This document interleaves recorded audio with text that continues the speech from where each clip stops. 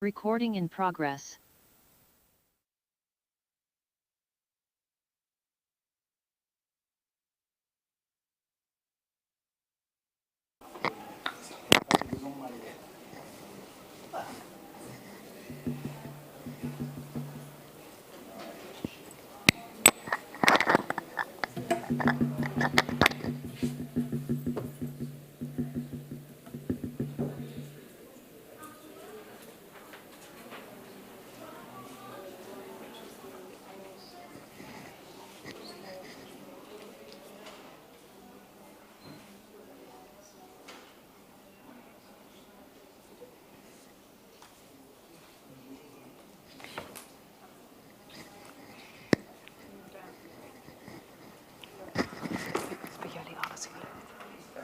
Soort van, die hebben ze nu allemaal aangehoord. Dus Dus hebben jullie wat publiek? hetzelfde als hier. Het komt dat die op ceremonie pas later als niemand komt. Iedereen staat koffie. Vreselijk, hè? Maar goed. Ik had van tevoren geweten dat Ja. opgenomen. Dus Succes.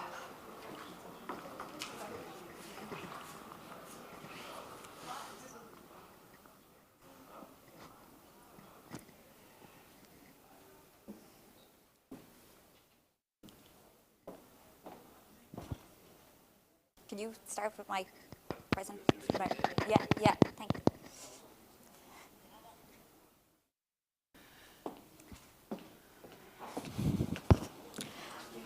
Okay, hi everybody. We'll get started because it's just gone 10:15. Welcome to Coping with Catastrophe. This session is going to be based on our reflections of the worldwide universities education in a warming world research consortium. I just remembered I don't have my clicker. 1 second.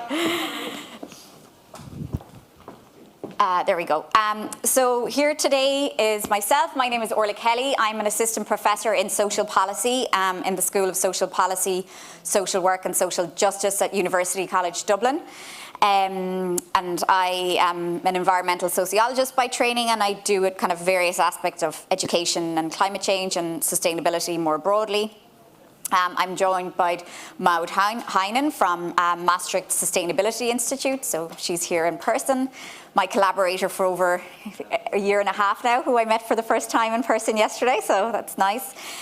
Pim Martins is going to join us via Zoom, and we have a pre-recorded contribution from Professor Sam Illingworth from Edinburgh Napier University. So we're coming from 3 different institutions, and so today I'm just going to give you a brief overview of what we're going to talk about. So a little bit of an introduction about our consortium, how we came about, what we do, what we have been doing. Maud is going to talk a little bit about some of the climate change education, her experiences of it at Maastricht University, and some of the ways that our collaborations fed into that. Pim is going to talk a little bit about Indigenous perspectives on climate change, another kind of dimension of our working group's focus.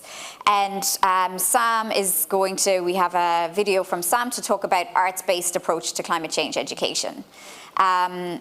So to start, I'm not sure how many people are online, so I'm just going to give, if people are here and can manage, have a phone, or are online and have access to it, I have 2 little short questions on Poll Everywhere. So basically you just go to pollev.com/Orla Kelly 299, and there's a yes or no question there. Do you think that the higher education section is doing enough to respond to the environmental crisis? And the second question is, what one action or change would you most like to see from universities in response to the environmental crisis? So if you have a phone and you can answer that, please do. Just pollev.com and you just enter Orla Kelly 299, and we'll chat about that again at the end. And if you aren't so inclined to go onto pollev.com, you can just bear those questions in mind, and we'll talk about it again at the end. So I'll just give 1 minute just to give people a chance to do that if they want.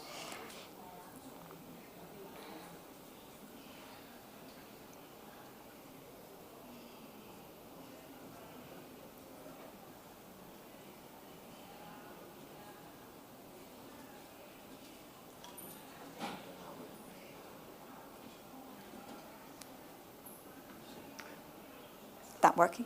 Okay.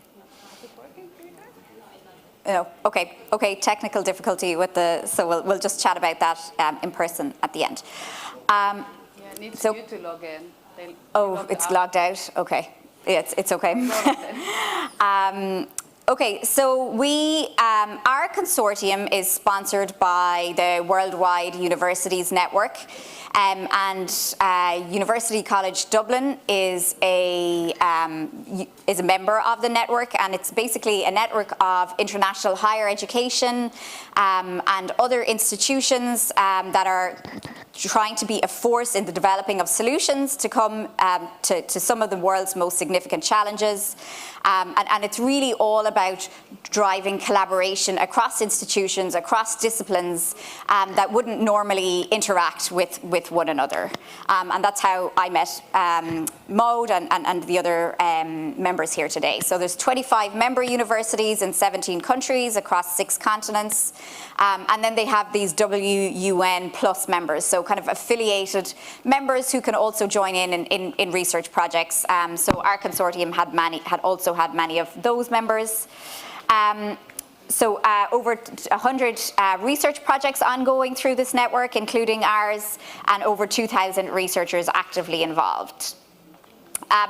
So the way this collaboration came about is every year WUN put out this RDF, so this Research Development Fund, and it's aimed at bringing together researchers to address an issue. So they kind of broadly group the key challenges as coming across public health, understanding cultures, responding to climate change, global higher education and research. And the process that by which this comes about is every year there's kind of a theme that falls under one of these or a couple of these kind of buckets, if you will. And in 2020, it was about building back better post-COVID. And one of the themes that was kind of underneath that was building back, how do we build back higher education institutes post-COVID in a green and sustainable way. So the way that you kind of find other researchers to work with you on this is that you come up with a one-pager about your interest on this topic. You circulate it to these various members, these 25 university members. And if there are researchers there that are interested in working with you on that topic, they respond, and you kind of get started from there. So I put out a call, a one-pager for education in a warming world, and basically it was quite short, and just really stating the facts that, institutes of higher education have really a long way to go to respond to the climate crisis adequately. And we know that there's an amazing amount of work being done on this. Sustainable universities, I'm sure I know many of you in this room are involved in many dimensions of that.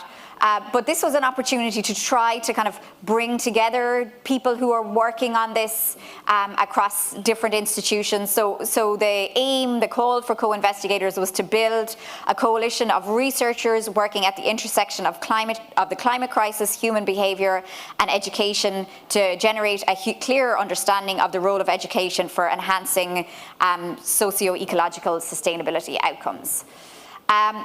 So we know that average years of schooling have increased uniformly across the world, and that's really brought about, it's been associated with many gains in human well-being in terms of health outcomes.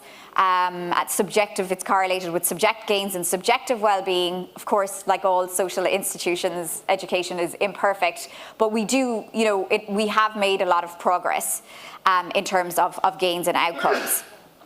At the same time, for many of you will be, if you're opting to come to a climate change session, you probably know what this graph says. And it's basically that our carbon emissions are also on this uniformly upward trend to very problematic levels that have levels of pollution in our atmosphere and warming in our atmosphere that human civilizations have never existed in before. So not that education is the cause of this, but we do see a lockstep increase in emissions and the problematic relationship between our impact and the Earth while we are more educated than ever. So clearly there's work to be done in terms of how the sector as a whole can really institutionalize changes to try to address this rapidly closing window, as the latest UN IPCC report notes, to address the climate catastrophe. And we all know that the emergency is here. There's no escaping it. Nations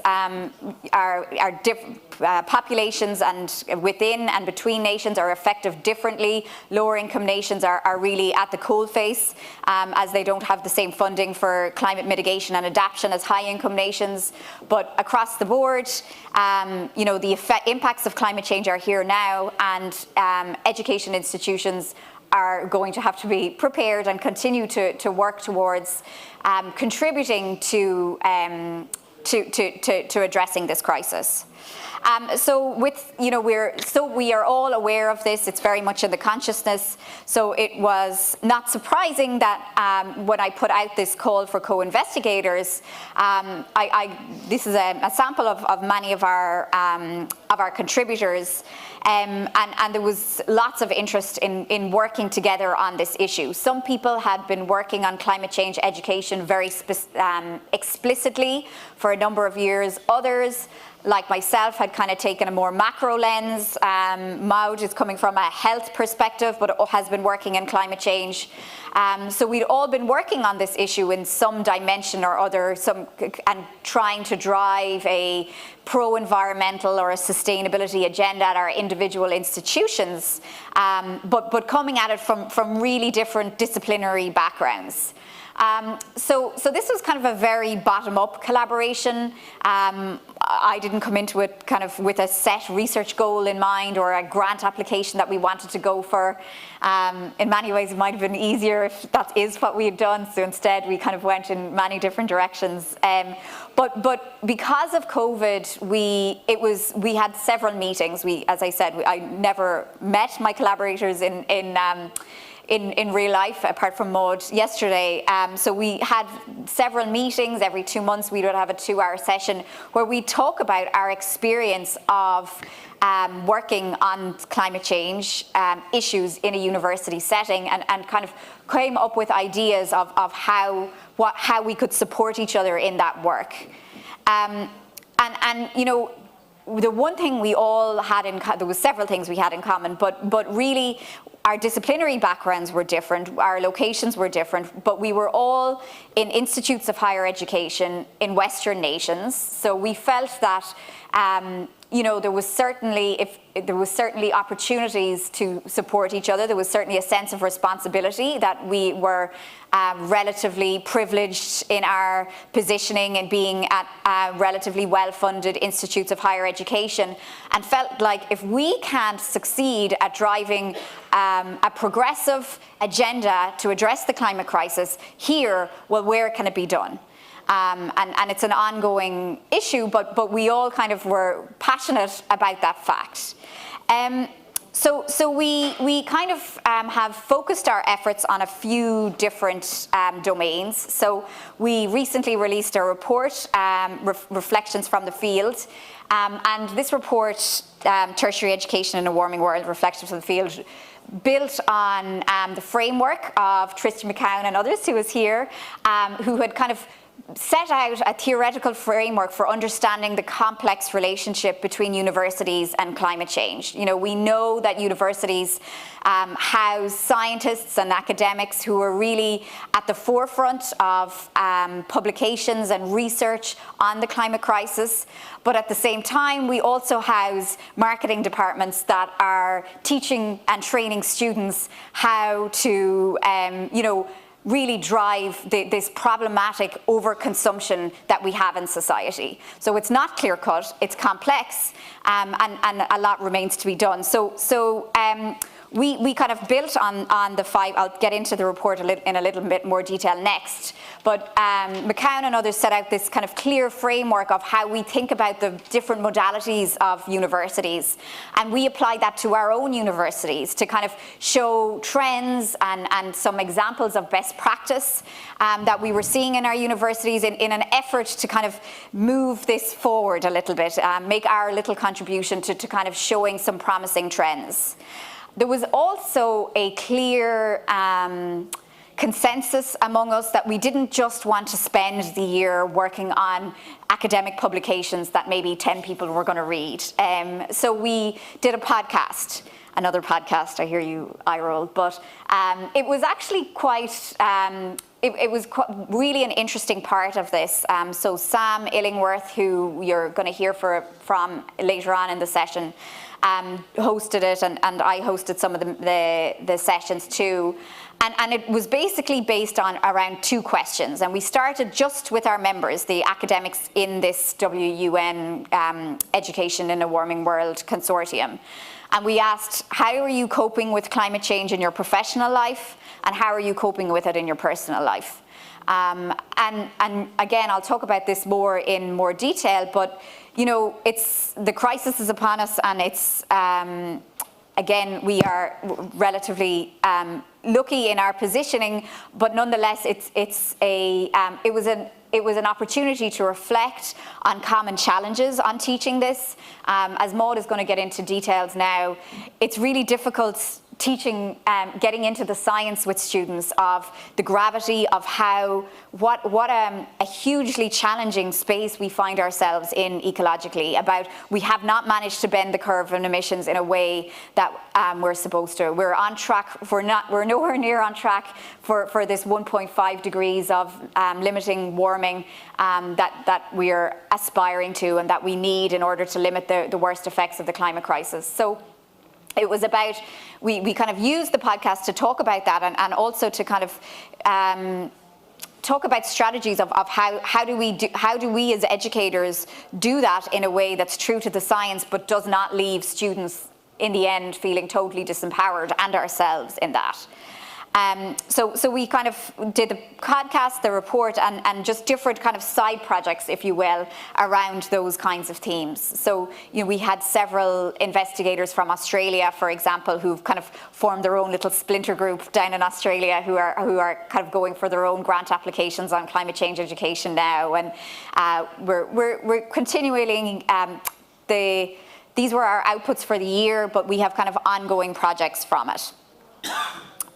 So just, I'm going to kind of wrap up here, but I just wanted to say a little bit about our first kind of output, which is this reflections from the field report. And the idea is to kind of build on the work that's already being done on universities and climate change, and we applied McCown's framework here in thinking about the kind of different domains of the ways that universities work. And the first thing that universities do, their main contribution to the public good, their main purpose, if you will, is education. And we really felt that kind of our common experience and the consensus among other educators is the challenge and the importance of really moving beyond the science to talk about power in education. So the dynamics of power, for being open and acknowledging the underlying structural factors, the socioeconomic capitalist system that is driving our climate catastrophe,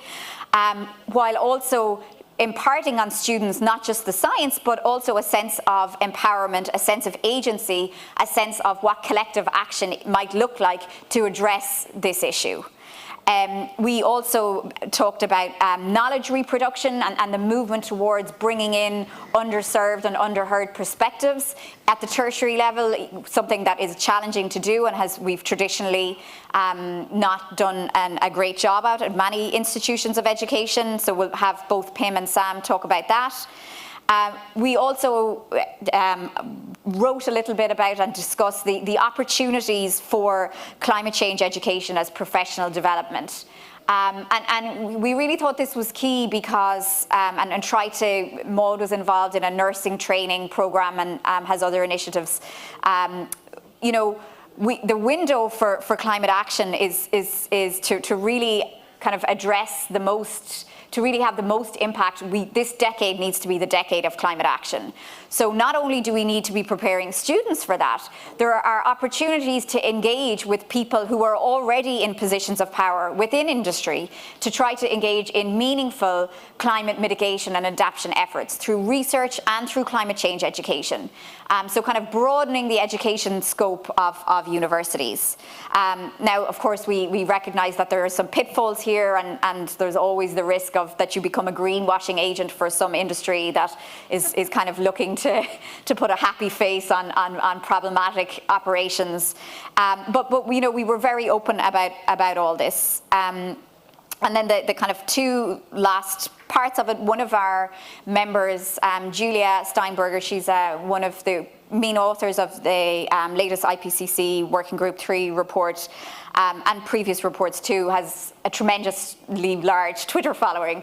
And we really talked about how that's another realm in which academics who are involved in climate change and climate change education can reach new publics, and how universities could do more to support that through training and through allocation and workload models and so on. And then the kind of final part is how this campus operations, and there's a very large existing literature on this, campus greening, taking a whole university approach to really putting climate change front and center of university operations. For those in the EU, we know that when the GDPR, for example, legislation came in, task forces were set up across universities in order to make sure we were compliant with GDPR regulations. And we see this playing out across lots of different changes, bureaucratic changes or legal changes, that universities can be nimble in responding to that. And we're kind of really advocating for the same university-wide, structural, institutional-led response to the climate crisis. Okay, so that's kind of a broad overview of everything we did and are engaged in. I'll hand over to Maud next to talk a little bit about her work and how the consortium supported that. Thanks.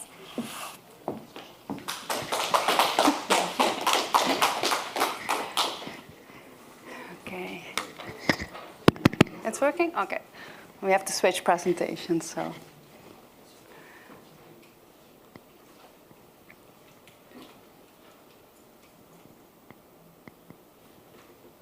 It's not coming?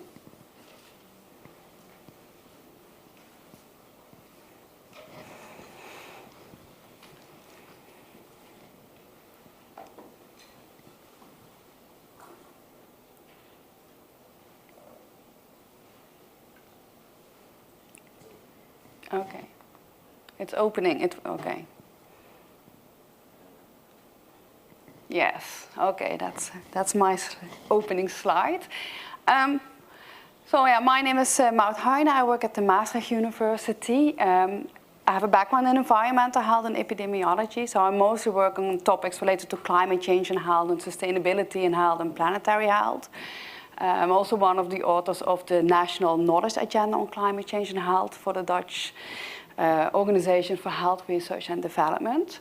I'm an assistant professor at the Maastricht Sustainability Institute, and the picture below is used by the university for promotional activities, but it's also just literally the view from my own window at our new campus in Maastricht.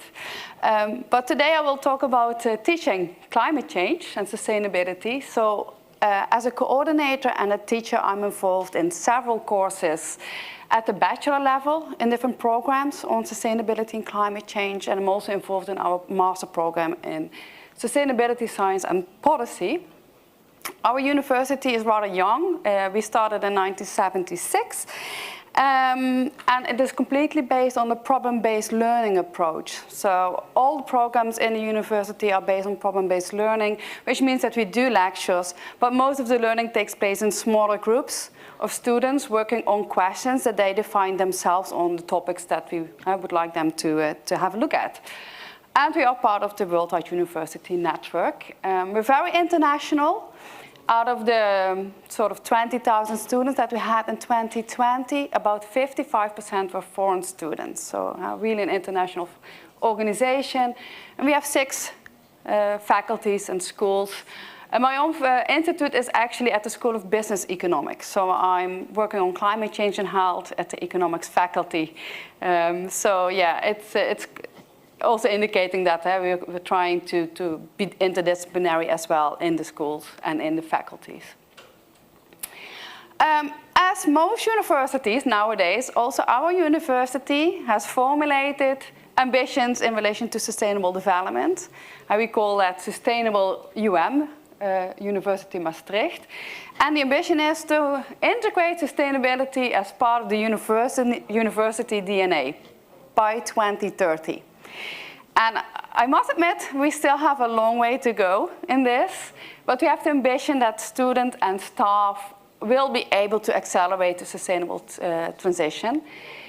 And part of that ambition also includes, of course, education.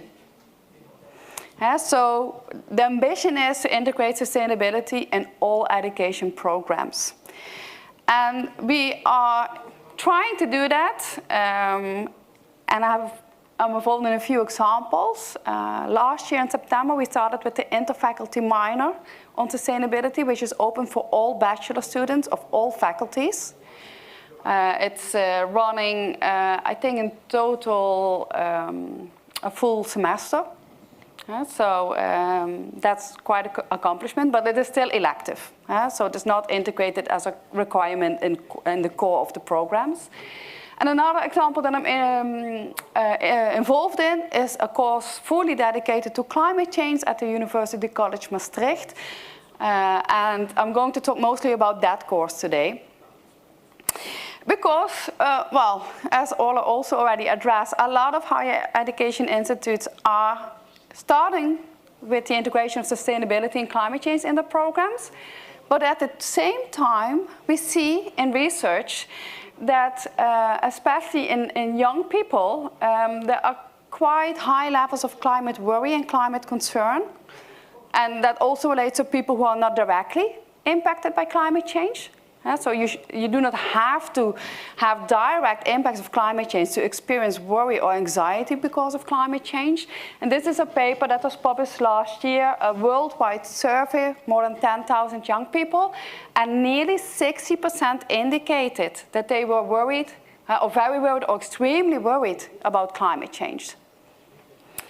So that results in this question: if we are starting to integrate more climate change in our education, will that also result in more climate anxiety in the students?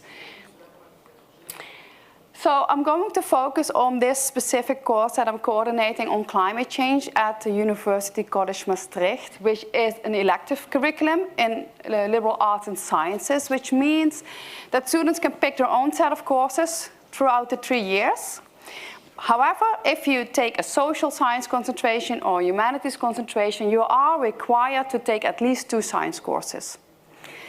So most students, or a lot of students, they take 2 of my courses as a science requirement. The first course is a general course on sustainable development, and the second course is the course on climate change, which is a combination of the science and social science related aspects. And we started in 2019, so you see me here, this is during the first run, in this really nice lecture hall in an old chapel, as you can see. But you can also see me, myself thinking, are my climate change students learning with or without fear? Because after running this course 2 times, I start noticing that students were really expressing high levels of concern and anxiety, some of them at least.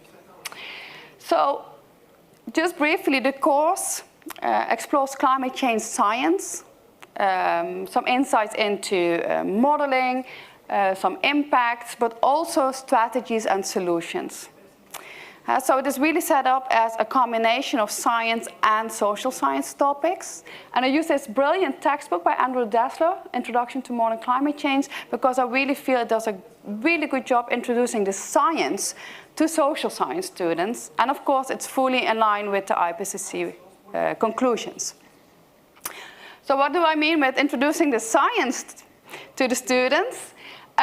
They learn about the carbon cycle, observations in temperature on the carbon cycle. They learn about the role of the oceans, the bigger climate system as a whole, but also really the physics. This is relating to doing a calculation on black body temperature using the Stephen-Boltzmann equation. These are social science students. So even without the existential threat of climate change, these equations by themselves are already very scary for these students. We talked about modeling, feedbacks, and tipping points in the climate system. So a tipping point is a threshold. If you have only like a small change beyond the threshold, we have this reinforcing process of accelerating warming. And in the end, we also talk about climate skepticism. And they find out that after the science, they are already quite well equipped to debunk a lot of the climate skeptic arguments just based on the science that they have already learned. So it's a fun assignment to have them go through these climate skeptic documents, but it's also reinforcing them saying, wow, I actually really do understand a lot and I'm able to do this. Then we go to the science, the social science topics, which is more related to the Paris Agreement, policies, the gap between what we're doing and what we should be doing, renewable energies, carbon trading, and then a case, Project Drawdown. This is a case of an initiative that just tries to show that the technology and the measures and the knowledge is already available to make it work. So it is possible. And a topic on social tipping points. So to balance the climate tipping points, we also incorporate a reading on social tipping points, explaining that there are certain aspects in society, if we could get that done, we can have a tipping point accelerating the transition towards decarbonized society. For example, stop all the investment in fossil fuels is one of those tipping points. And in the end, we also talk about climate anxiety. So I deliberately included climate anxiety as a topic on its own at the end of the course. So I did a survey last year to just research how are my students feeling in the course, pre-course, post-course. Closed question, but also some open questions. And I'm going to show some quotes from the open question because, well, I was invited to do this presentation, so I just decided to use it also as a platform to give a voice to my own students. So whenever you see this cartoon popping up, it means that's just literally what my students said in the surveys. And this is literally one of the quotes. So we asked them, how worried are you about climate change? And as you can see, about half, a little bit more than half, said that they were very concerned about climate change, and about a quarter said they were extremely concerned about climate change. That did not change that much in the course. I think that the levels were already quite high before the course, but those were also students that elected the course, so they were already interested. We also asked about the level of climate anxiety, which is perhaps a little bit more severe than only concern.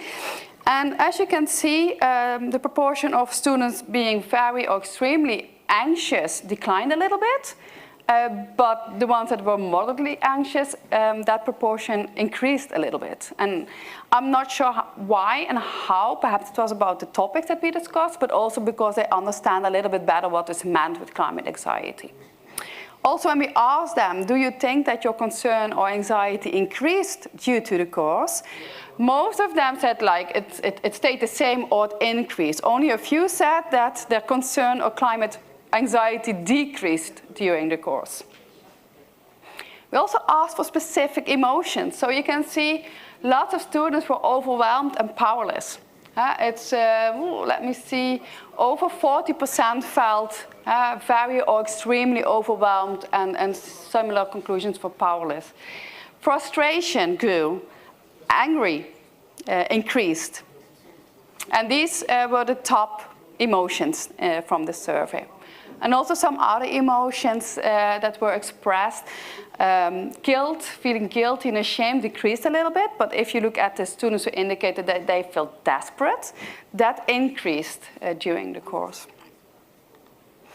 So some of the quotes, just to give a voice to my students, they said, well, they felt overwhelmed. They felt guilty about their lifestyle. They felt frustration and helplessness because we were not able to solve it.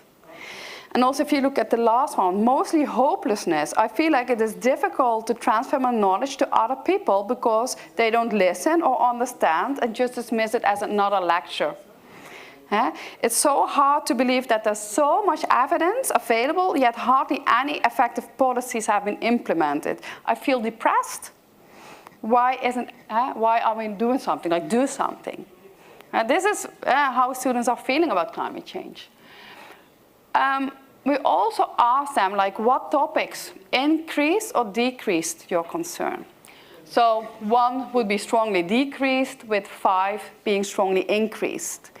And these were the top 5, so leading to more concern. And of course, what I also expected, that was a topic on feedbacks and tipping points. So understanding that this is all happening in a bigger system, and if you push the system too much across a threshold, it will be this self-reinforcing process that we cannot stop anymore. For example, if the permafrost starts melting, more greenhouse gases are emitted, resulting in even more warming. Even it's beyond our control there. The emission gap, what we are doing versus what we need to be doing, also resulted in concern. Discussions about the climate target. They did not realize that there's a big difference in impact between 1.5 and 2 degrees Celsius, for example. So especially the feedbacks worried the students that it was a really much more complex issue than they believed it was to be. And the irreversible impacts caused quite some concern. There were also the top, besides the top 5, the bottom 5. So those topics that resulted in a decrease of their concern. And on number 1, it was a drawdown project. This is just, I just use it as a case to show them, like, there are already lots of things that we can do if we would be able to implement them. The knowledge is there, the technologies are there. They found that really encouraging. And everything that had to do with energy options and mitigation policies, but also the final discussion that we had about climate anxiety and how to cope with that. On 6th place, it was the social tipping points. And also in the feedback from students that I got, is that they were more concerned about the climate tipping points, but they got more optimistic when we started talking about, well, something similar could happen in society as well. So these are quotes again. So first, they felt depressed, but later on, they had more hopes for the future when we went into talking solutions. Learning about especially the social tipping points made me much more hopeful. And I see that in class as well. Like, I start with these students, they're coming out of lockdown, you know, they're already having some issues due to the lockdown situation, and then we start giving them all the objective facts about climate change, which I cannot sugarcoat. It's just the facts and the observations. And then you really see them getting frustrated, depressed about this.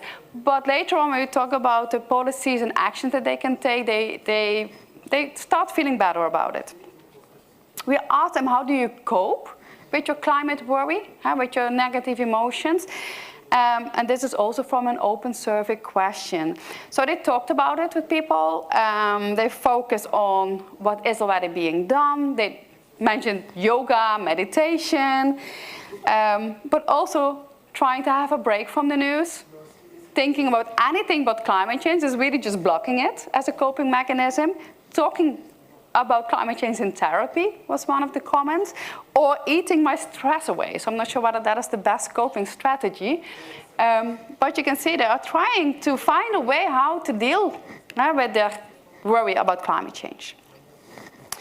And this, I thought I felt very sorry for this quote. I just tried to shut down my feelings. Otherwise, I would not be able to cope with these thoughts in my mind. Sometimes I felt like the apocalypse was coming. We could see that it is coming, but nobody seems really to worry about it. So can you imagine that your students are feeling like this during the course that you're teaching? And the responsibilities that you will also have as a teacher to at least address this? In the end, luckily, we saw that the motivation to take climate action increased during the course. So that at least was hopeful for me. But we also asked them a question like, sometimes do you feel so overwhelmed that you feel like paralyzed to be able to do something about it? And still 13% of my students answered that with a high score. So sometimes it becomes just too overwhelming. We call that like maladaptive climate anxiety. They feel so overwhelmed that they just stop acting. So these are some quotes again. It sucks and it's tragic, but that should be a motivation to go out and do something. Feeling more motivated,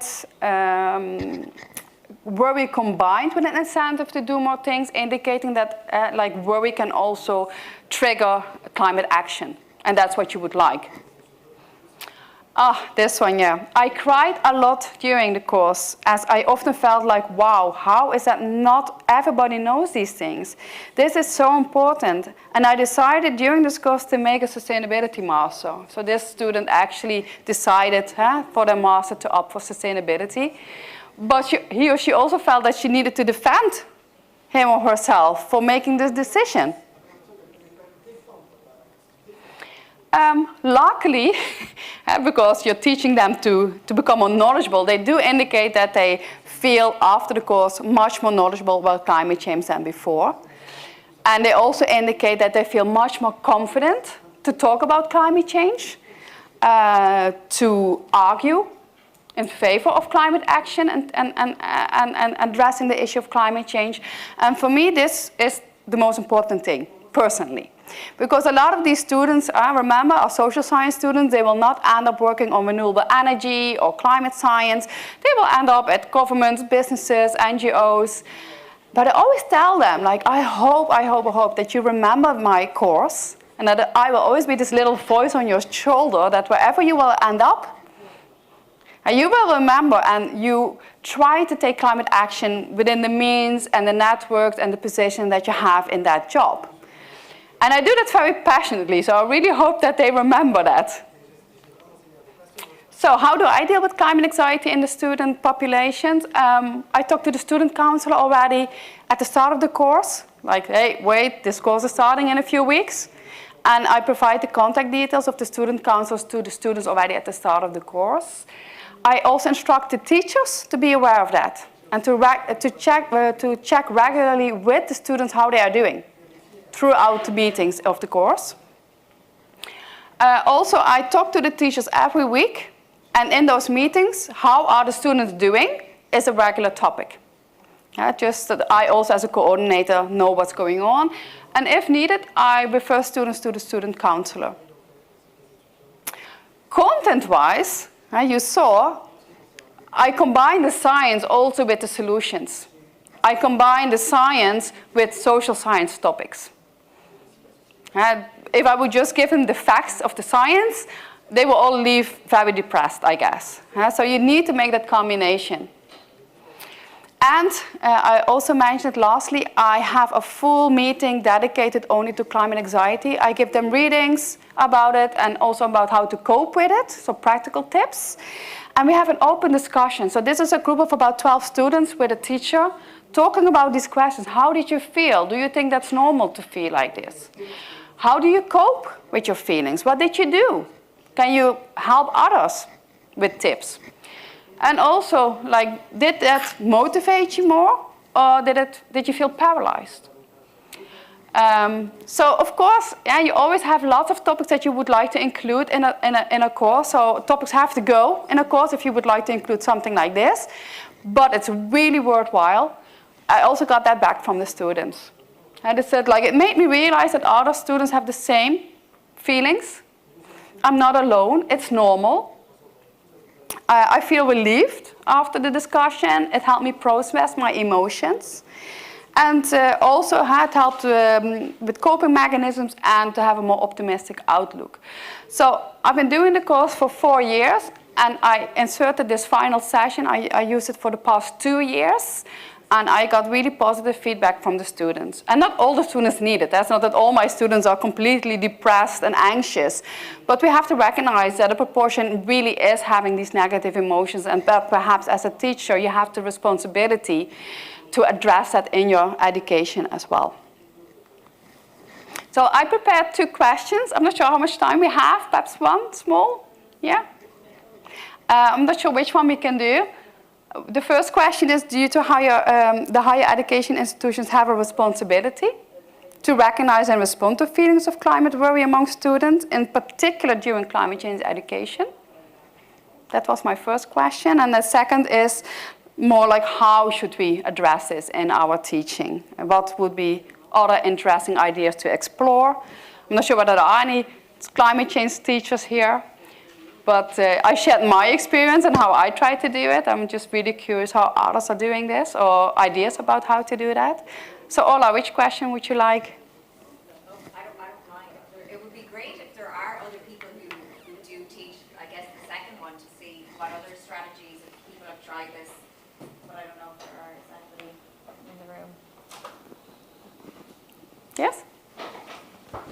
And what do you do to cope with this? Oh, we have a mic. Great. Perhaps you can give your name as well. Okay, so I'm Kerry Facer, University of Bristol. I think you raising the emotions issue is absolutely central, and I don't think we talk about it enough. We do too much discussion of the science and the social science. We don't have enough conversation about who we are as humans in this process. So there are 3 resources that I use to do this. So I teach climate change in education, higher education at Bristol. So the first thing is, what is our theory of change? I think we need to support students to think about that. I use Karen O'Brien's work on quantum theory and how that's applied to social change. There's a wonderful book called You Matter More Than You Think, which allows young people to see the potential consequences of small actions. The second thing that I do is I draw on Joanna Macy's grief work, because I think we need to recognise the grief and the pain that's involved in this for a lot of students. And there are, huge experience in terms of psychology and group work to support young people with that. And then the third thing is I recognise there's a diversity of emotions. So some people don't care. Some people don't give a damn. Some people think it's quite funny. Some people think the whole thing is irrelevant and they have a hedonistic response. So the third resource that I use is a book called Bad Environmentalist by Nicole Seymour, which points out that the discourses of anxiety, decline, fear are also based on class and inequalities. And it allows us to say, well, actually, what might joyous responses to climate change be? So for me, it's matching those 3 things and adding them to what you're doing. So I really welcome what you're doing. And I also welcome the invitation in this group to have more people talk together about how we deal with these things. Thank you. Yeah, it was also one of the topics that we discussed in the Consortium, because we were all struggling with it. So I also really like your tips. I didn't know the first book. I will certainly look it up. And the work on climate grief, I also included in my teaching. Yes, thanks. And I would say we do it all the way through. So every class, we do a temperature check on emotions. Oh, temperature check. That's a nice word. Yeah. So we check in. How are people feeling now? And how is it changing throughout? So that there's an ongoing conversation through the course. Yeah, thanks. Do you also provide information on the coping in advance? Yeah, because we do. I now do it at the end, but I'm thinking about moving it forward. We do. I mean, what we've actually done is we've shifted the design of the course, so we actually have an activity. So what we do is we invite group work. So we teach them to do work with each other, because with Ohala's work, she's, if you want critical hope, a critical element of that is collaboration. Yeah. So we build in a collaborative group project from the beginning, so that the students can work with each other and, as they're dealing with all of this, translate it. The other thing that I think is really important is our own emotions as teachers. So there's a brilliant paper called Terror Management Theory, which allows us to ask questions about how we are dealing with our own emotions when we're teaching this stuff, and are we just projecting it onto our students? You're clearly not. Some people are. Yeah. But it's difficult sometimes. I tell my students also honestly, sometimes I feel like this as well. You have to be honest about that. Yeah. And we addressed it in the podcast. We talked about our own emotions in the podcast. It's great stuff. Thank you.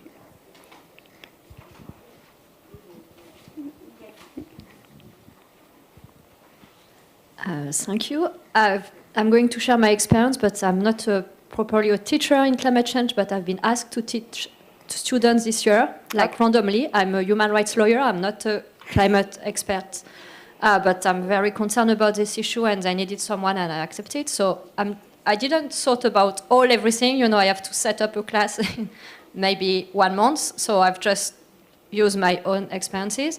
I knew about this question of the emotion this can raise. So we did a small, it was just 2 hours classes, so it was quite short. But we did an exercise, a body exercise actually, to try to express what we feel. And just reflecting back now on the process, we do a lot of acting in the class. So it was not just there, I was sitting and receiving information. Maybe because I didn't have really choice maybe for this class, I don't know, I had to mobilize them a lot. But when we look at all the science topic and, like the rise of temperature and all these things, actually, they did that in an active way.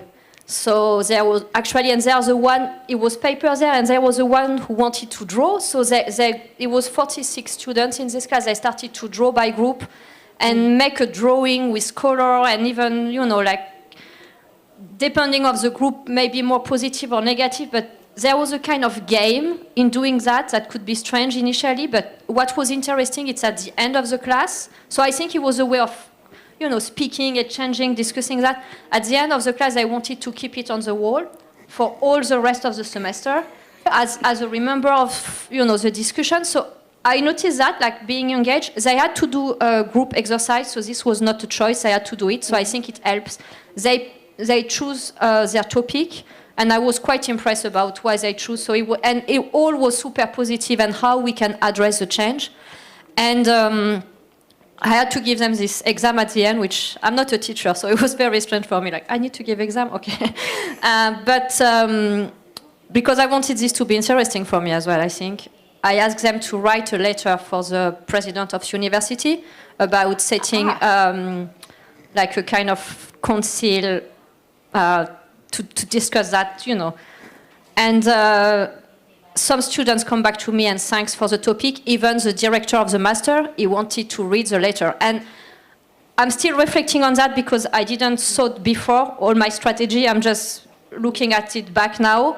And I think, making them act up. And then I didn't even ask to write to the city hall, or initially I wanted them to write to the president of the state, And I said, no, let's making something concrete. And I think maybe giving them exercise where they can see the impact. Because one of them told me, I really would like my letter to be sent to the president of university. And actually, I think we will gather some letter and send it. But to see how they can have an impact, even in the classes, maybe a way of, I don't know how it can solve all the anxiety, but see they can do something. Giving them tools to empower. And also not just be sitting and absorbing information, but having a way of expressing things during. I'm not sure, I'm just reflecting of what I experienced recently. Yeah, thanks. I also really like your idea about sending a letter to the president of the university. So perhaps our university director will get similar letters next year. Okay, thank you. We can go to the next. Huh? Yeah. Is Pim ready over Zoom?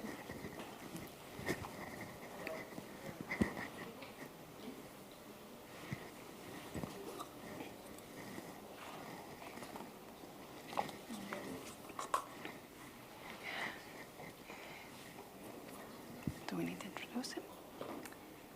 Yeah. Oh, okay.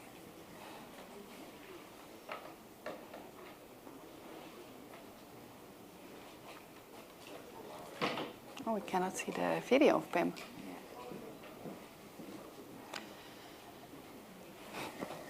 Was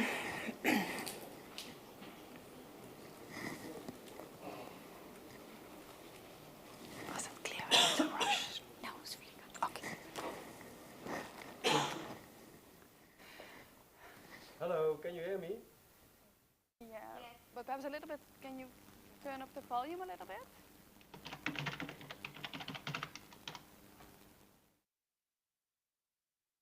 I hope you can hear and see me. We can't see you. Can you hear me? Yes.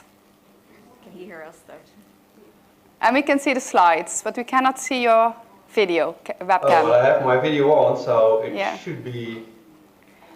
Can you see me now? Yes, But no slides. but no slides. Then probably when I share my screen, you will don't see me anyway. Okay. So whenever you're ready, I'm ready as Yeah, well. go ahead. Okay, well, thank you. Well, now you can see me, and probably when I share my screen, you cannot. So I'm happy to be part of this session remotely from the Netherlands. So my name is Pim Martens. I'm part of this project, as Ola already explained. I'm Professor of Sustainability, and I'm working for quite some time on sustainable human, animal, and nature relationships. So what I would like to do today is to briefly say something about Indigenous views on climate change, and also will show you, because they have far more to say than I have, some of the interviews I've made with these Indigenous leaders. So I'll share my screen again, and then maybe I will disappear. But if you can hear me, that's fine. And please let me know if I start the clip, if it doesn't work. So now you see at least, I hope, the screen. Is that correct? Yes. With the slides on it. And you probably are not seeing me, but I'm not that important, so the slides are, I think, worthwhile. So I will talk a little bit about the work I've done on Indigenous perspectives on climate change. And it was part of a bigger project funded by the University of Amsterdam, where they have an Institute of Environmental Sciences and the Faculty of Theology and Religion. So they have every year kind of a fellowship where someone can cross the bridge between these two items. So what I've done, it was pre-corona time, I intended to interview a few Indigenous leaders on how they perceived our relationship with nature and how they thought about climate change issues. Then corona hit all of us. But in that sense, it was a good thing, because I managed to talk to even more people through Zoom. And they were not only Indigenous leaders, but also they were religious leaders. So I talked also to representatives from the Jewish community, from Christian community, from the Islam. But that's not of today's talk. Today I will focus on my interviews with religious leaders and how we need to change our perspective on climate change. Well, I think you all know this cartoon, where actually we're all staring at the COVID crisis, which, by the way, could have been foreseen, has been foreseen many, many years ago. But we forget that behind zoonotic crisis, behind pandemics, there is more that drives it. Climate change, for example, is a key issue that will be felt not only today, but also in the future, even if we stop all emissions of greenhouses we have today. But we also have things like biodiversity collapse, which may even be more important than climate change. And that's something which probably will be more important for the future as well. So that's a key thing I think we need to be addressed. Climate change is just one item of many complexities we will see in the future. Talking about these climate complexities, Maud already mentioned in the presentation that there are a lot of people that have different opinions, different point of views. People deny it, people get anxious about it, people just put their head in the sand, and they just won't believe that the things we see around us today is really happening, and that the impacts will be even more severe in the future to come. And of course, we think, and I've been working on these issues together with my colleagues like Maud for many, many years, thinking about how actually we can change, we can prevent to some extent that climate impacts will be felt upon us even more so than today. And I started to work from a kind of a global perspective, and more I became aware of the fact that it's about behavior. So it's not about systems only, it's not about politics only, it's about how we interact with animals and nature surrounding. So actually we need changing perspectives. It's not like we can deal with the issue in the same way that causes, this famous quote from Albert Einstein. We really need to think differently. And people are already doing that, of course. We have seen changing perspectives on nature, from sand country to the Silent Spring to the Gaia hypothesis. And also, if you will listen to the movie I will show you later on, you will see also that Indigenous people, they think differently about our relationship with nature. And I think that's quite important. Personally, I really think that if we respect nature and the animals in that, then we are already on a good track to a more sustainable future. Because everything relates how we relate to our surroundings. So that was one of the key reasons that I started to interview and to think about, because still many of us, our behavior, our day-to-day actions are being determined by either our religion, our spirituality, or at least how we perceive how the world is acting.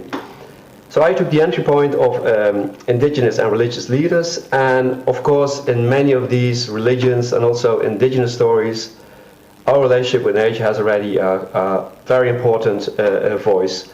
They see nature as a kind of a person of right. Also trees, rivers can be seen as persons of right.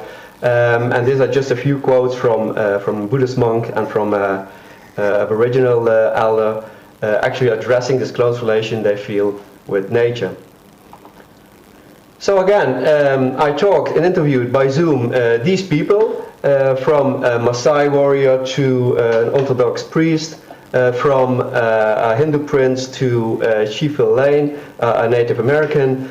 And because of time, you can look at my website for the full interviews.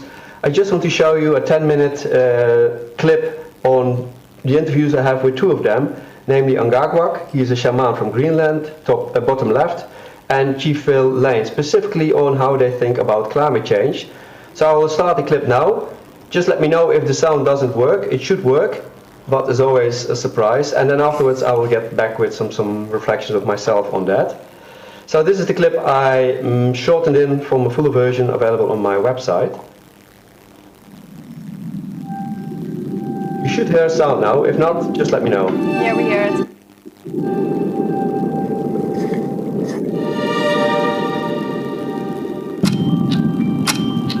Right now, we're facing a man-made disaster of global scale.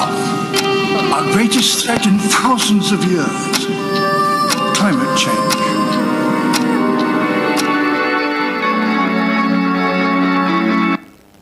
Uh-oh.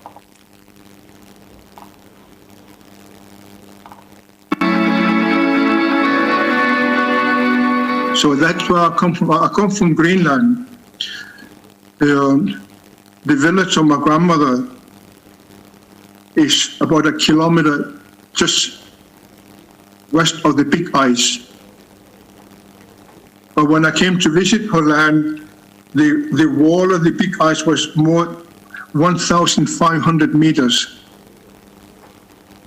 Now she's less than 50 meters because of the change of climate and the big ice melting.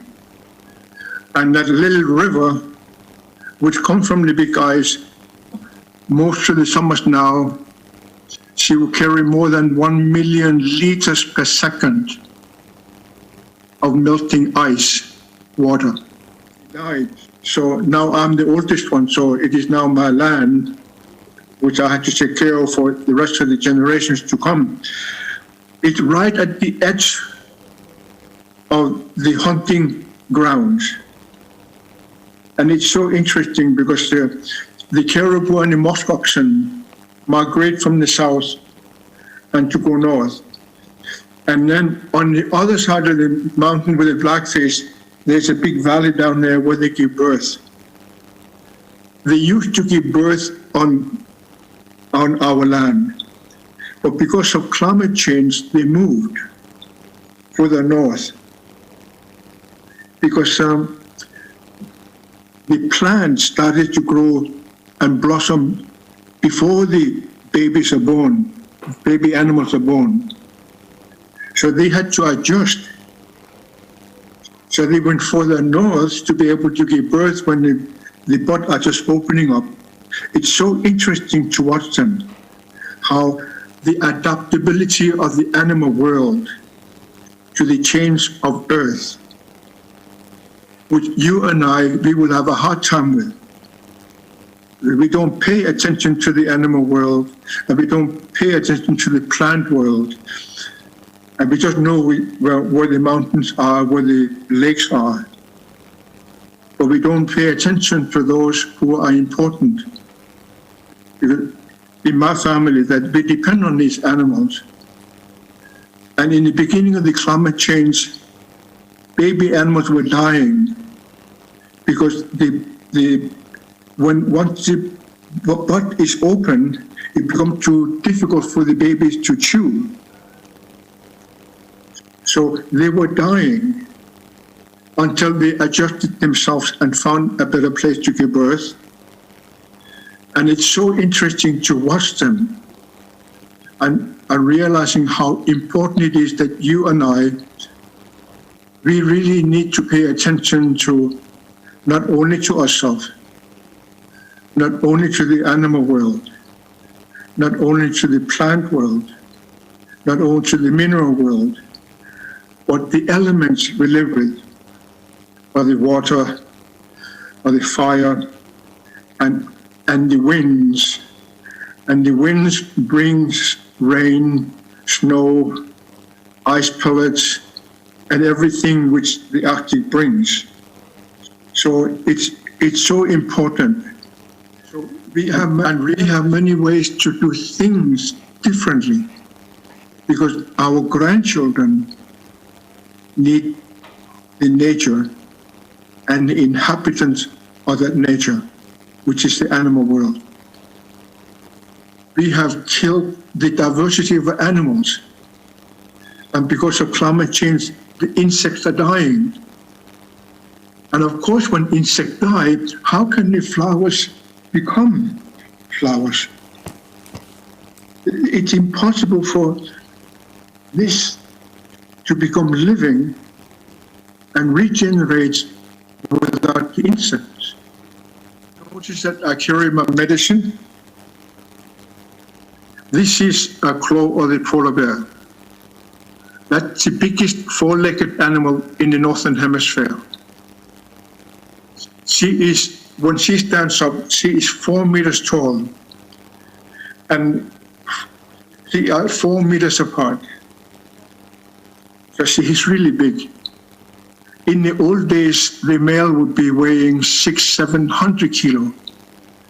But because of the ice disappearing, because of climate change, now they are down to 500-400 kilo only, because there's no ice to hunt on, which is really sad for the animal world, or the polar bear. But they adapt. Now we have met grizzly bear and polar bear mating, and a new species of polar bear is now living, who can live on the ice and live on land. So the adaptability of the animal world is wonder to observe. So because of climate change, the animals are now moving away from where they used to go. But most importantly, climate change would also change where animals live. And we are losing species every single day on Earth. And you and I, we are the guilty ones, because we didn't think of it when we created industrial development in big scale. And we took the potato fields instead of trees, or corn fields instead of trees and bushes where animals can live. The amount of carbon dioxide in the atmosphere now is 50% higher than it was in 1900. Well, I mean, if we really want to stop climate change and stop our planet from coming to a place where we can't live on it anymore, Mother Earth will continue, we have to understand that 80% of all greenhouse gases are being created by these mass farming of animals. 87% of all greenhouse gases. Now that's practical. So you have a choice. Do you continue to this mass slaughter in the most horrific ways of our animal relatives and our relatives of the waters, which is happening as well? I mean, we're just emptying everything, emptying it. Do you do that? And again, I come back to this, I believe the foundation of what's unfolding today on Mother Earth, this new whole stage of development of our human family, and that is oneness. How everything is related to everything else, and how when you change something, it impacts something else. That you really say the hurt of one is the hurt of all, because we all are related. In the honor of all, the uplifting of all, the healing of all is the healing of one, or the healing of one is the healing of all. So I think this understanding of the interrelationship of all life is so important. Our sacred prophecies are very clear about the process we're in, and that really how far we go before we really wake up as a human family is our choice. We can choose if we wish, because we've been given that freedom of choice. We can choose if we wish to continue this path, and what's going to happen is just going to deepen in crisis and destruction. Because if you don't change what you're doing and continue to do it, you get the same results. And these are the results, and they're not going to change with this paradigm we're in right now. At the same time, we can see we're much closer to it during this coronavirus, and for a time, there's a time. And yet, we can see now, again, how coming out of it, again, there's talk of war. There's all these partisan politics globally going on, and so forth and so on. So while some of us are learning our lessons and making the changes we have to make, and hopefully we decide enjoy making them, which is even better. But sometimes you have no choice, as we had here. That it may be some more things we're facing, because everything's related to everything else. So we have this coronavirus. It's not great, not great, but it has happened. But we have to understand it's also connected to economics. And the economics there's a lot of people now are starving in the world. Physically starving. And then you have, now we're coming out of it, they're immediately talking about more sanctions on Iran. And, so have we learned our lesson? Have we learned our lesson that it's when we come together in unity and diversity and understand that's the very nature of this universe we live in? I mean, this universe could not even hold itself together unless it was coherent. I really love what Bertrand Russell said. I don't know if he was Aldous Huxley, either one. He said, gravity is metaphysical love. Gravity is metaphysical love. So this gravity that holds all this together is oneness. And so, we're acting completely opposite of what the universe is really founded in. In oneness, we're acting like, we're somehow in our own little silos, and we can bomb somebody, whatever, going to hurt us, or it's not true, because this material world even is an illusion. Crazy Horse so beautifully said, in essence, this is the world of shadows from the world of light. If we don't take action, the collapse of our civilizations and the extinction of much of the natural world is on the horizon. The world's people have spoken. Their message is clear. Time is running out. We have so much to learn how we can do things better for all of us on Earth. Well, this was a part of the bigger clips you can find on my website, as said before. But I think the key thing is that comes from these both Indigenous leaders, is that we need to change our perspectives, that we are not on top of them, but we actually are just part of one. So we need really a kind of a paradigm shift, and that was I meant at the beginning of my presentation, saying that we need to respect animals and nature as probably more than focusing on climate change or an economy or maybe even our health. It's ecosystem health, that's the key. And to wrap up, I came across this note, and also that's a similar process I went through as a scientist, that thinking about studying climate change, the processes, interactions with biodiversity is the core of moving forward in addressing sustainable development. But like Guspat, I also felt I was wrong. It's about our own transformation, it's about transformation of systems, but it's about us, we need to do it. And I think we can learn a lot of Indigenous perspectives and their points of view on how to address these kind of issues. But I only have this amount of time, so I'll wrap it up. I think we have another presentation as well. So thanks for listening, and over to you, Orla. Thanks, Tim. That was great. It's really nice to see those perspectives. So we do have a recording from Sam to talk about arts-based approaches, but I realise that we're kind of getting close to the end of time. So I'll kind of just wrap up a little bit, and for those who can stay and watch Sam's presentation, that's great.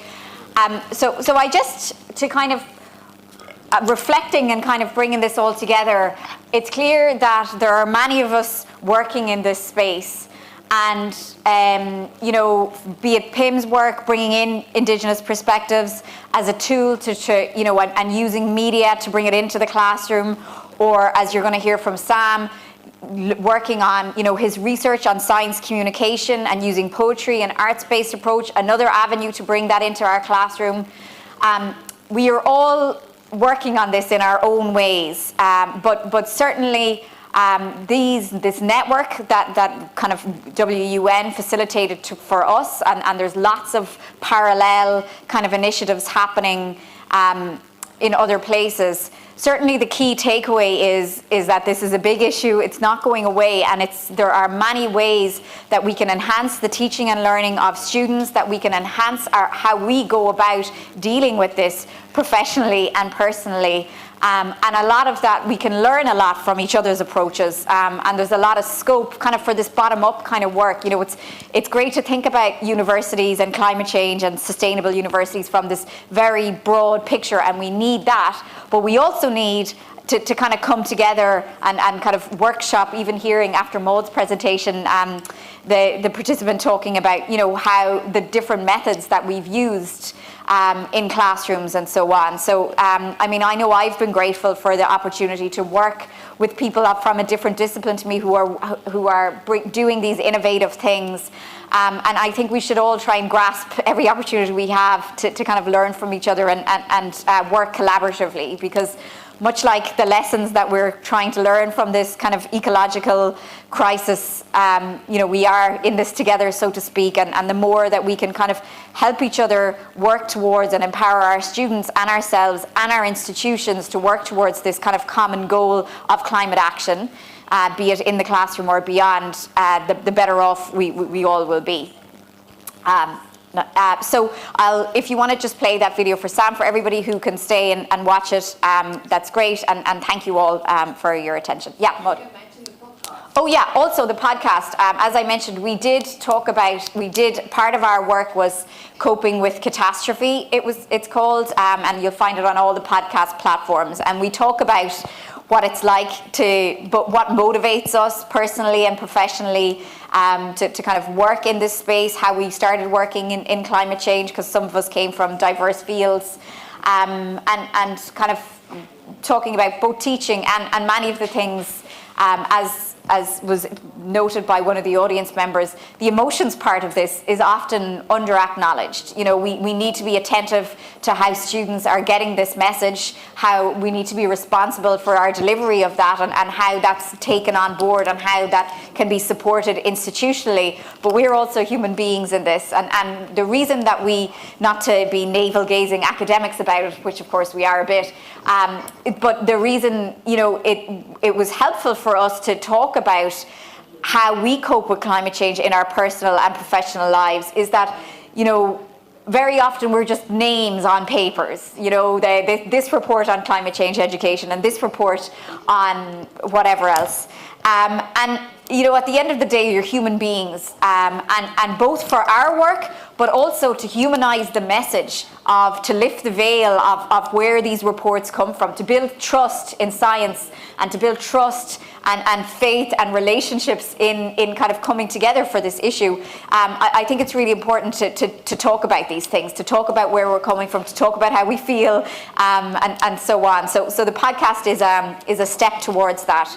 And WUN supported us in doing that, and you know, we should have another season forthcoming, so you might hear from us to be interviewed.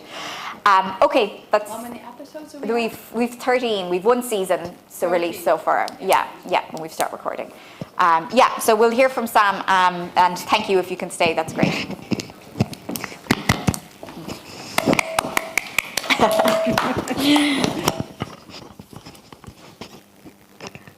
Oh, we cannot hear the audio notes.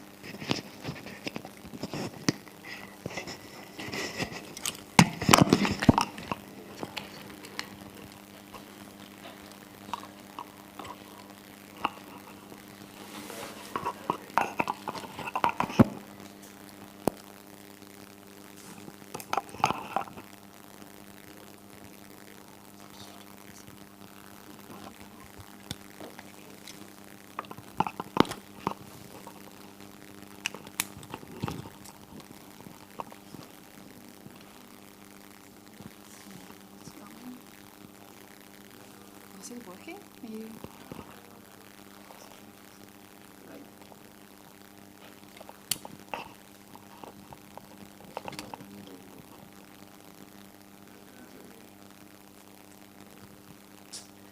Engaging consortium.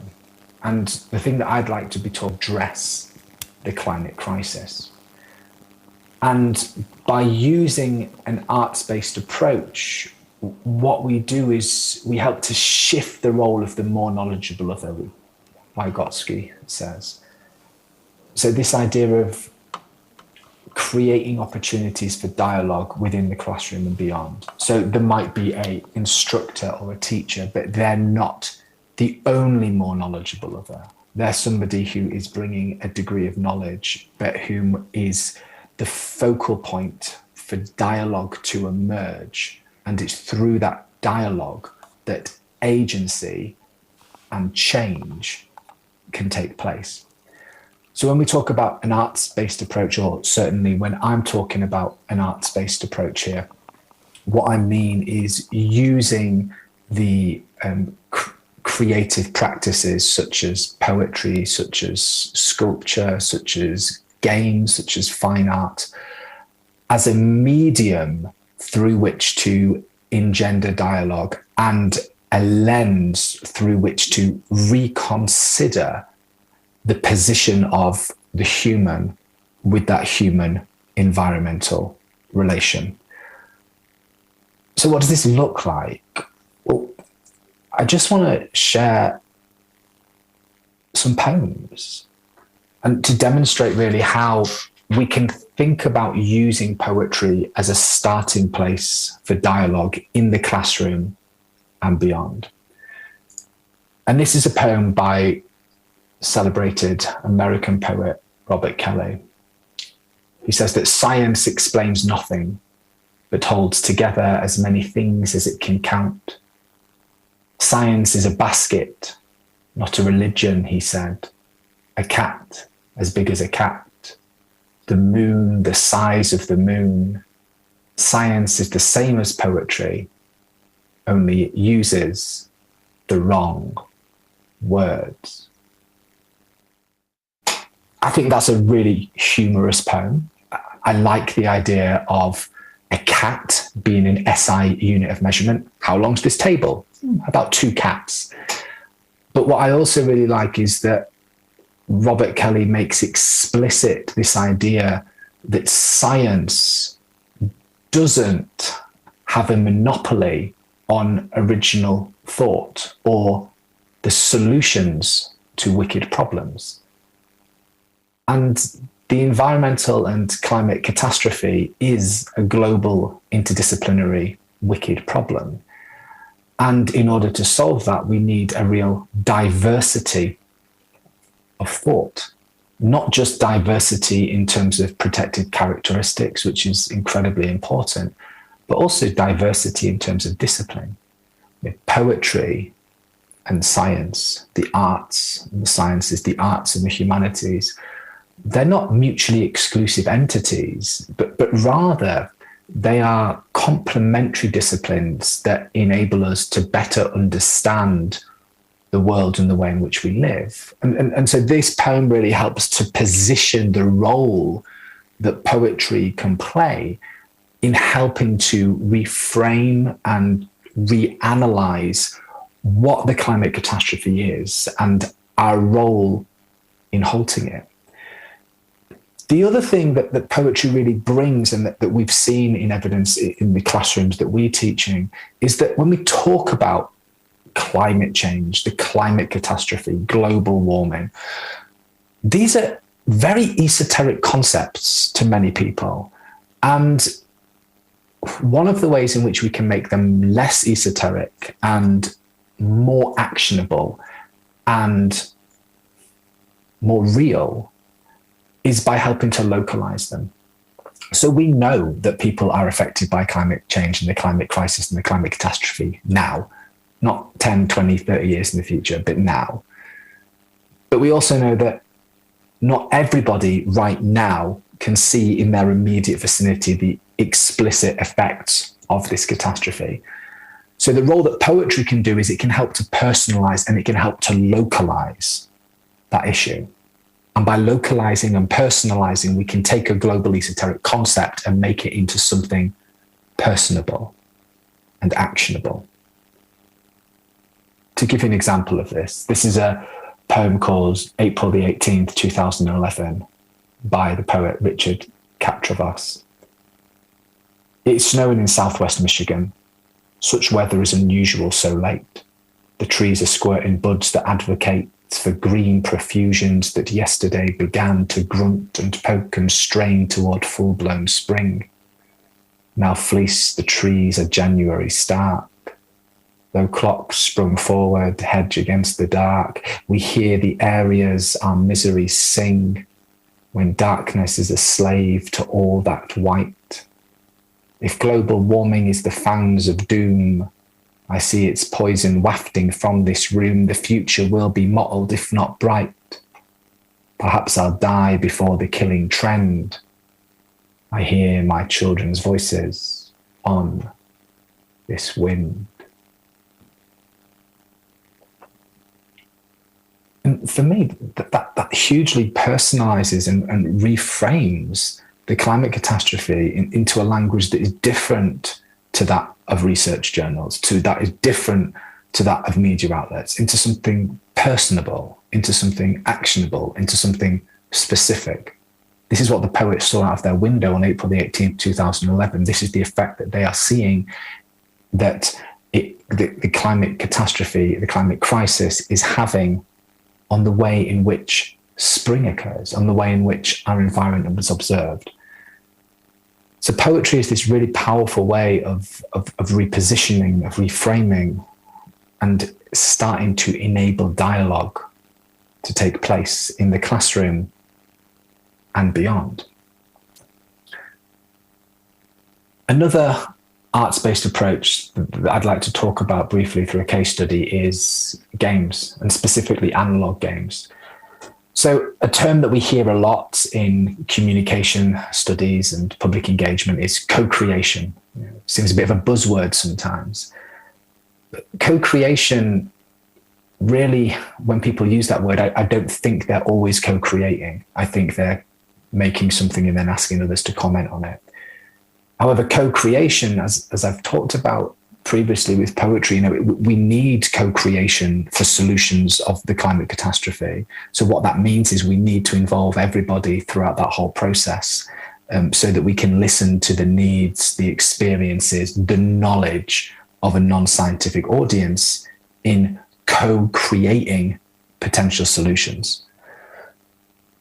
And I think that one of the best ways we can meaningfully do that is through games. Not just playing games, but designing games.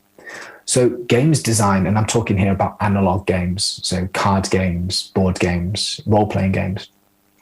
Games design has within it a process of co-creation, because when you're designing a game, you have to play test it with certain people to see that it works with that audience. Is it fun? Does it work? Does it have mechanics that convey the ideas that you're trying to communicate?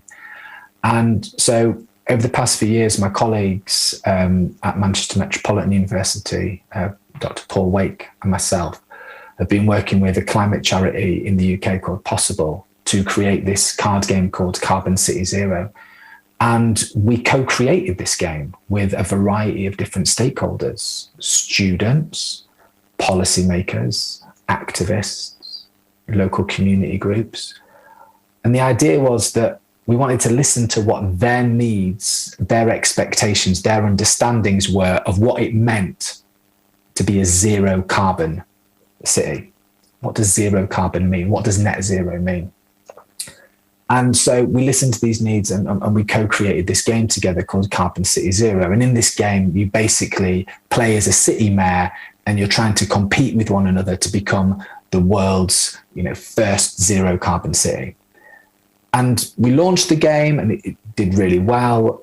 But then we started getting feedback from people saying, this game's great, but why is it competitive when actually surely we should be more collaborative in our desire to reach net zero?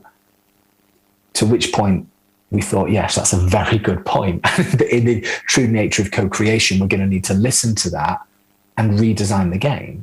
So we redesigned the game and we created a game in which collaboration was instead key, and in which the players had to work together to either create a zero carbon city or to lose the game because greenhouse emissions had reached a unimaginable level. And it was in the creation of this game, in the co-creation of this game, a lot of which was done with students in the classroom, that it really became apparent that this arts-based approach, this creative approach, was not only engendering dialogue, but also creating action.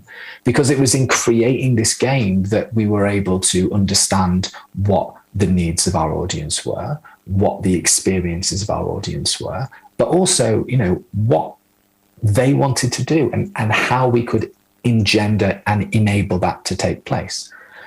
And certainly in a formal environment, in a formal educational setting, like in higher education, creating games together is a really powerful way of starting to reframe the climate crisis and to have dialogue around it. So, similarly, when we play games, we create something called the magic circle, a safe space in which we develop our own contracts with the players that we're playing with, and in which dialogue can take place at the table that might be difficult to take place away from the table. So by playing and creating games, we can create these contracts, we can listen to these needs, we can listen to these experiences. And in doing so, we can really start to think about the various audiences and our roles as educators in helping to develop not only knowledge, but also solutions for the climate catastrophe.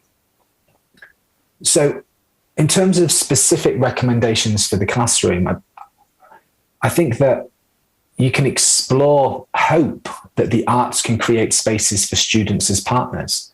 So, by playtesting a game with students, by writing poetry with students, you're already starting to treat them as co-creators, as partners, rather than as a one-directional way of dialogue or a deficit model approach to communication. And instead, we're starting to invest in our students and think about how they can add to the solution. And we can then develop that further into maybe collaborative research projects as well. It's a really engaging and enabling first step.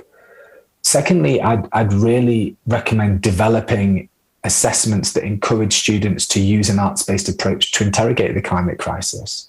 So, can you ask students to write a poem or make a game together or create a zine or develop a exhibition?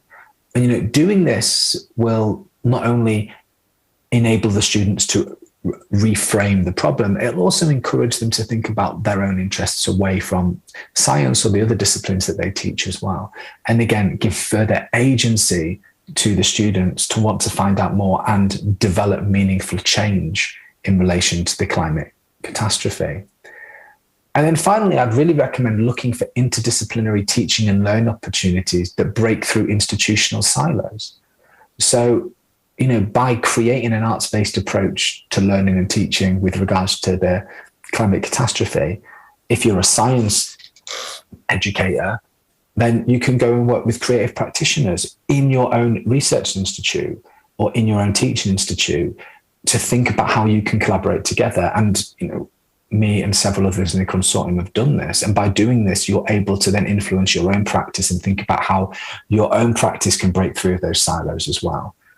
So I'd really, really recommend considering this arts-based approach, listening to the needs of the students. What do they find interesting? Poetry, games, fine arts, and how might you use it to interrogate the climate catastrophe and to reposition it and to level hierarchies and to think about developing agency for diverse and meaningful solutions. Moving on from an arts-based approach, what I want to finish with now is just talking about one of the outputs from this consortium, which was the Coping with Catastrophe podcast. And we set up this podcast as a way for researchers to talk about how they deal with the climate crisis, not just in terms of the actions they take to solve it, but how they emotionally and mentally and physically deal with the demands of this catastrophe. And for me, this is one of the greatest formative experiences of the consortium, as we were able to listen to one another and to share knowledge and coping mechanisms. And we've created the podcast so that other researchers can listen to it and hopefully feel that way as well. So I'm going to pass back to Orla in a second, who's going to then tee up a clip of the podcast, which you can find on your podcast directories of choice, and which we really encourage you to listen to and to comment and to give us feedback as well. But for me, just knowing and understanding that other people were having the same difficulties in coping with what's happening to the climate was an incredibly empowering and enriching experience. So thank you very much for listening. Thank you very much for inviting me to speak. And I'll pass you back to Orla now and the rest of the panel. Stay safe and hopefully speak to you all soon. Thank you.